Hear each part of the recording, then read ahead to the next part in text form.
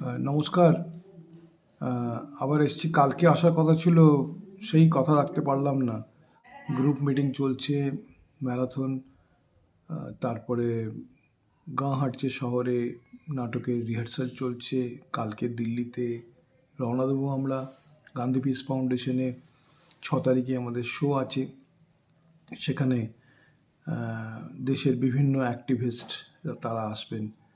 আমরা পারফরমেন্স করব legislative theatre, ভারতবর্ষের প্রথম থিয়েটারকে কাজে লাগিয়ে আইন রচনায় সাধারণ মানুষকে উৎসাহিত করছি আমরা।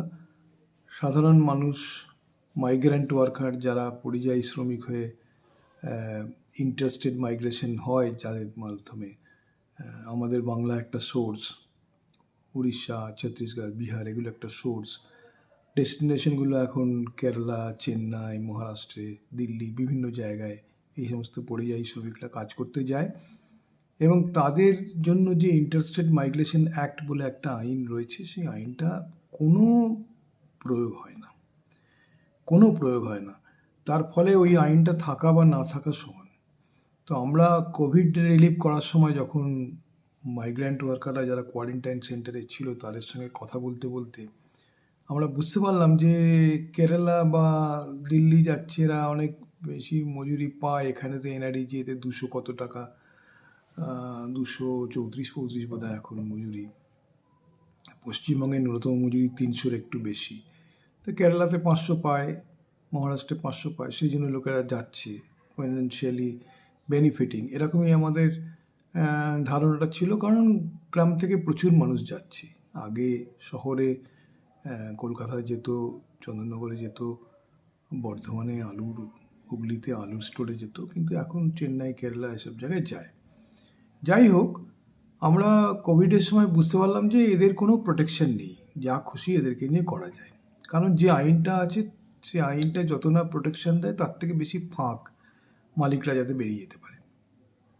তো আমরা একটা থিয়েটার করছি, যে থিয়েটারে মাধ্যমে লোকেরা বুঝতে পারবে যে কী আইনটা আছে এবং তার ফাঁকগুলো কী কী আছে। এবার আমরা দর্শকদেরকে খাতা পেন দিচ্ছি, তারা এই ফাঁকগুলোকে কিভাবে ভরাট করা যায়, তাদের কি সাজেশন আছে সেগুলো তারা দেবে। এবং সেইগুলোকে ইংরেজি অনুবাদ করে আমরা একটা গ্রুপ অফ লয়ার বন্ধুরা আছে, যারা উকিল বন্ধু, যারা লেবার ল নিয়ে প্র্যাকটিস করেন, তারা এই সমস্ত অ্যামেন্ডমেন্টগুলো যেগুলো আমরা পাচ্ছি, পশ্চিমবঙ্গের বিভিন্ন গ্রামে করেছি, মাইগ্রেন্ট ওয়ার্কারদের ফ্যামিলি, মাইগ্রেন্ট ওয়ার্কাররা তারা অ্যামেন্ডমেন্ট দিয়েছেন দর্শক আসনে বসে থেকে লিখিতভাবে। আমরা বিহারে করেছি, আমাদের মার্চ মাসে ছত্তিশগড় এবং উত্তরপ্রদেশেও আমরা করব, এবার দিল্লি, অর্থাৎ 5-6টা রাজ্য থেকে আমরা মানুষের সঙ্গে কথা বলছি। তার মধ্যে সোর্স আছে, ডেস্টিনেশনও আছে। এইবার সেটার উপরে আমাদের আইনজ্ঞ বন্ধুরা তারা একটা আইন তৈরি করবে, যে আইনটা অনেকটাই ফ্ললেস হবে, যতটা ফ্ললেস করা সম্ভব হয়। লোকেদের অ্যামেন্ডমেন্ট এবং সাজেশনের উপরে ভিত্তি করে তারা যে আইনটা রচনা করবে, সেই আইনটা আমরা 540 জন সাংসদকে পৌঁছে দেবো। এটা হচ্ছে আমাদের প্ল্যান। এবং ভারতবর্ষে প্রথমবার থিয়েটার নির্বাচক মণ্ডলী এবং নির্বাচিতদের মধ্যে একটা ব্রিজ তৈরি করছি। এটা নিঃসন্দেহে পার্টিসিপেটরি ডেমোক্রেসিকে স্ট্রেংথেন করে। এবং এই প্রথম এত আনুষ্ঠানিকভাবে যাদের জন্য আইন, তারা আইন তৈরিতে অংশ নিচ্ছে। এই ড্রাফটেড বিল আমাদের দেশের সংসদরা কিভাবে দেখবেন না দেখবেন সেটা কিন্তু আমরা এখনও জানি না, কিন্তু আমরা এটুকু থিয়েটারের মাধ্যমে দেখাচ্ছি যে নির্বাচক মণ্ডলী এবং নির্বাচিতদের মধ্যে একটা কিন্তু ব্রিজ থিয়েটার তৈরি করতে পারে। এটা লেজিসলেটিভ থিয়েটার। ব্রাজিলে 93-তে বোয়াল যখন রিও ডি জেনেরো মিউনিসিপ্যালিটিতে নির্বাচিত হয়েছিলেন, তখন এই লেজিসলেটিভ থিয়েটারটা প্র্যাকটিস করেছিল। এবং এখনও ইউরোপের কয়েকটা দেশে কিছু কিছু প্র্যাকটিশনাররা আছে, 2-3 জন 4 জন, যাদেরকে আমি চিনি, যারা এটা করে। কিন্তু ওইখানে সুবিধাটা যেটা হচ্ছে, ওই সব দেশে মিউনিসিপ্যালিটিরও অধিকার আছে কিছু কিছু বেসিক আইন রূপায়ণ করার।